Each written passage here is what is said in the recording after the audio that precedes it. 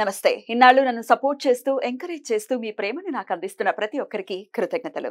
అలాగే ఈ వీడియో కూడా ఖచ్చితంగా మీకు ఉపయోగపడుతుంది. లైక్, షేర్ అండ్ సబ్స్క్రైబ్ చేసి మీ సపోర్ట్‌ని నాకు అందించండి. అలాగే ఈ వీడియో పట్ల మీకున్న అభిప్రాయాన్ని కామెంట్ సెక్షన్‌లో కామెంట్ చేసి తెలియజేయండి. ఇప్పుడు వీడియోని చూద్దాం.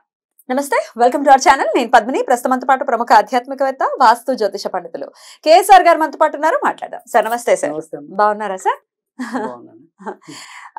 ఈ శుక్రవారం ఉండ్రాళ్ల తద్దె పేరుతో ఒక వ్రతాన్ని జరుపుకునేటటువంటి ఆనవాయితీ ఈ బహుళపక్ష తదియ రోజు చేసుకుంటారు అనేది చదవడం జరిగింది. ఏమిటి ఉండ్రాళ్ల తద్దె అనేది ఒకసారి తెలుసుకోవాలనుకుంటున్నాను. ఎందుకంటే ఉండ్రాళ్ళు అంటేనే వినాయకుడు గుర్తొస్తూ ఉంటాడు.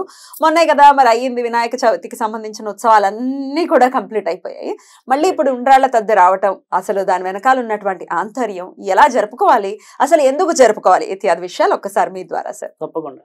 అంటే మరుగున పడిపోతున్న మన యొక్క సంప్రదాయాలను వెలికి తీయాలి అనే ఒక చిరు ప్రయత్నమే ఇది ఉండ్రాళ్ళ తద్ది. ఖచ్చితంగా. ఎందుకంటే ఇక్కడ ఉండ్రాళ్ళ తద్ది అనేది చెప్పాలి అంటే కనుక మామూలుగా మీరు చెప్పిన ఏదైనా సరే అంతరార్థం ఏంటంటే ఇది పార్వతీదేవి శివుడికి తపస్సు చేస్తే శివుడు ఆ తపస్సు అనంతరం ప్రత్యక్షమైంది ఈరోజు.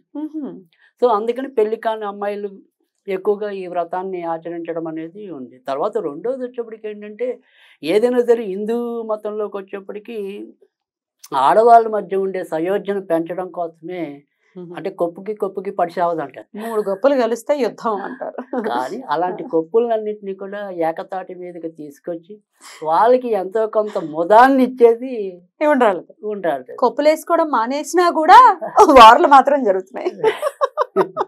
సో ఏదైనప్పటికీ కూడా అలాంటి ప్రశాంతత నింపడానికి కోసమే ఇలాంటి తద్ది, కానీ మన తద్దినం కోసం కాదు. అలా అర్థం చేసుకోకూడదు. రైట్. ఇది చాలా విశిష్టమైన రోజు. అంటే మనం చెప్పుకోవడం కొద్దిగా హాస్యస్పూర్వకంగా చెప్పినప్పటికీ కూడా దీంట్లో ఉండే సీరియస్నెస్ ఏంటి అంటే గనక ఏదైతే గనక ఇది ఏదైతే వ్రతం అనేది 5 సంవత్సరాలు చేస్తారు కంటిన్యూస్గా. ఈ 5 ఎలా చేయాలి సంవత్సరాలు అన్నప్పటికీ ఏంటంటే ఎవరైనా సరే మనం ఎవరైతే అంటే అమ్మాయిలు పెళ్లి కాని అమ్మాయిలు అయితే అమ్మాయిలు పిలిచి, పెళ్ళైన వాళ్ళు అయితే కనుక పెళ్ళైన ముత్తైదులు పిలిచి, అలా ఒక 5గురిని పిలవాలి మన ఇంటికి. నేనంటే వ్రతంగా చేస్తే చెప్తున్నా. ఈ 5 మందిని పిలిచే ముందు మన అదే కనుక గ్రామీణ ప్రాంతాల్లో కనుక చూస్తే ఇప్పుడు మనకి ఇక్కడికి అసలు చాలా మందికి ఒక ఉయ్యాల్లో ఊగడం ఒకటే తెలుసు ఉండాలి తద్ది అంటే. అది కూడా తెలియదు నాకైతే, అది తెలియదు. కానీ ఉయ్యాలంటే ఉయ్యాల్లో ఊగుతారా? అంతేగా. ఇప్పుడు మనకి ఏదైనా సరే ఉండాలి తద్ది ఒకటి, అట్ల తద్ది ఒకటి, దానికి సంబంధించిన కార్యక్రమం అయిపోయాక ఈ ఉయ్యాలు ఒకటం అనేది. సరే, అసలు ఉయ్యాలు ఒకటం అనేది తర్వాత చెప్తాను. సో ఫస్ట్ అయితే మనం చేయవలసింది ఏంటంటే మనం ఎవరినైతే పేరంటానికి పిలవాలనుకుంటున్నామో నేను ముందు రోజు సాయంకాలం పాత రోజుల్లో ఏం చేసేవాళ్ళంటే వాళ్ళకి గోరింట కొద్దిగా ముద్ద, తర్వాత పసుపు కుంకుమ, తర్వాత అప్పుడు మరి ఇప్పుడంటే షాంపూలు కానీ అప్పుడు మరి కుంకుడికాయలు ఇవి ఇచ్చి వాళ్ళకి పిలిచేవారు. మీరు ఇలా రావాలి, రేపు రండి అని, మా ఇంటికి రండి అని. వాళ్ళు ఏం చేయాలి, ఇవన్నీ పెట్టుకుని స్నానం చేయాలి. ఆ స్నానం చేసి వీళ్ళ ఇంటికి రావాలి. సో అందుకని అటు పిలిచే వాళ్ళకి పిలిపించుకునే వాళ్ళకి ఇద్దరికి కూడా మహద్భాగ్యాన్ని అందించే పండగ ఉండ్రాళ్ళ తద్ది. ఎందుకంటే ఈ ఏదైతే ఈ వ్రతం చేస్తారో వాళ్ళ మీద గౌరీదేవి అనుగ్రహం ఉంటుంది. గౌరీదేవి అనుగ్రహం ఉంటే ఖచ్చితంగా పెళ్ళైన వాళ్ళకైతే కనుక సుఖశాంతులు ఉంటాయి, సౌభాగ్యం కూడా. అంతేగా, సౌభాగ్యం సుఖశాంతులు. అందుకే ఇప్పుడు కూడా మనం పెళ్ళిళ్ళు మొట్టమొదటి గౌరీ పూజ. సో ఆ రకంగా బాగుండటం కోసమే మనం చేస్తాం. తర్వాత రెండోది వచ్చేప్పటికి ఏంటంటే పెళ్లి కాని వాళ్ళ కోసం పెళ్ళి అవ్వడానికి కూడా ఇదే పండగ ఉపయోగించడం అనేది ఉంటుంది.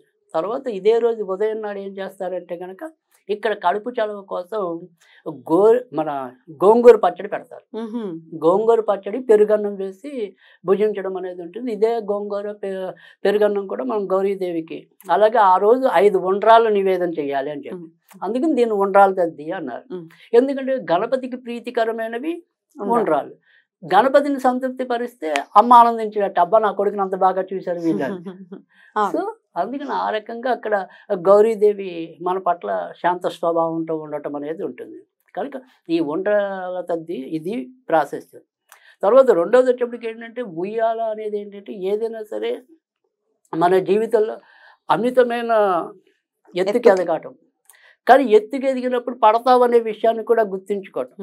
అంటే జీవితం అనేది ఎప్పుడు కూడా ఒక నియంత్రణలో లేకపోతే కనుక ఒకసారి ఉన్నట్టుండి బోర్ల పడవచ్చు మన జీవితం. ఆ రకంగా ఉయ్యాల అనేది ఇక్కడ వేడుకగా తీసుకురావటం అంటే మనం తప్పు చేస్తే బోర్ల పడతాం, అలాగే తప్పు చేయనంత కాలం కూడా ఆనందంగా దాని అనుభూతిని పంచుకుంటాం. అందుకని ఇక్కడ మనం స్వర్గీయ జాలాది గారి మాటలు కనుక గుర్తు చేసుకుంటే, కన్ను తెరిస్తే ఊయల, కన్ను మూస్తే మోయాల. సో అందుకని మనం ఏదైనా సరే ఇక్కడ మీకు పైకి ఒక రకమైన అర్థం ఉంటుంది. అంటే మీరు జ్ఞానంతో కన్ను తెరిస్తే మీ జీవితం అంతా ఊయలే, జ్ఞానం లేకుండా పడుతూ ఉంటే అది మరణంతో సదృశ్యం. అంతే, మొయ్యాలి కదా కష్టాన్ని, మరి కదా మొయ్యటమే. అందుకని అది ఎంతో చాలా తెలివిగా చెప్పిన ఒకే ఒక సింపుల్ సెంటెన్స్ లో చెప్పిన మాట. అది ఎంత అర్థం ఉందో అందులో కదా, మీరు వెతికిన కొద్దీ కనిపిస్తుంది అంతా. అలాంటి మనకి ఆ తార్కాణాలన్నీ కూడా అందుకంటే ఉయ్యాల నేపథ్యం తీసుకోవటం ఏంటంటే, ఇక్కడ ఆడపిల్లలందరూ కూడా యుక్త వయసులో వచ్చినప్పుడు చాలా చక్కగా దాన్ని ఆనందానుభూతిని పొందటం అనేది ఉంటుంది. సో ఈ ఉండ్రాళ్ళ తద్ది వేడుకలు మనం తప్పకుండా మళ్ళీ వాటిని ముందుకు తీసుకురావాలి అనే ఒక మంచి ఉద్దేశంతో నేను చెప్పడం అనేది. పెళ్లి కాని అమ్మాయిల చేత ఇది చేయించాలి ప్రత్యేకంగా. అయితే ఈ ముత్తైదులు దొరకలేదు, ఇంకేమైనా ప్రత్యామ్నాయాలు ఉన్నాయా? ముత్తైదులు దొరకలేదండి, లేకపోతే ఇట్లా రకరకాల కారణాలు ఉంటాయి కదా, ప్రత్యామ్నాయాలు తప్పకుండా. ఇక్కడ నేను ఇవాళ మనం ముఖ్యంగా ఈ వంటలు తెద్దినట్టు చేసేది కూడా ఏంటంటే కనుక, ఈ రోజు ఏదైనా సరే మనం వ్రతంగా చేసుకోకపోయినా పర్వాలేదు, 5 ఏళ్ళు చేయాలి అనుకుని ఓపుకున్న వాళ్ళు ఎలాగో వాళ్ళకి ఆ పద్ధతులు తెలిస్తే ఖచ్చితంగా చేసుకుంటారు. దానికి సిద్ధమయ్యే ఈ 5 సంవత్సరాలు చేసుకోవటం అనేది ఉంటుంది. కానీ ఇవాళ మనం చేసేది ఏదైతే ఉంటుందో అది ఖచ్చితంగా పెళ్లి కాని అమ్మాయిల కోసం. ఈ పెళ్లి కాని అమ్మాయిలు ఎవరైతే కళ్యాణమో రామచంద్ర అని బాధపడుతున్నారో, అలాంటి వాళ్ళకి అలాంటి కళ్యాణం గడియలు రావాలంటే కోరుకోవాలంటే ఖచ్చితంగా గౌరీదేవిని ఆరాధించాలి. సో ఈ రోజు వాళ్ళు చేయాల్సింది ఏంటంటే, ఇవాళ నేను ఏదైతే మంత్రం చెప్తానో ఆ మంత్రాన్ని వాళ్ళు ఖచ్చితంగా 108 సార్లు పఠించి, ఇందాక చెప్పినట్టుగా దొరికితే గోంగూర పచ్చడి, లేదంటే ఉత్తి పెరుగన్నం, తర్వాత ఒక 5 ఉండ్రాళ్ళు నివేదన చేయండి, చాలు, ఇంకేం వద్దు.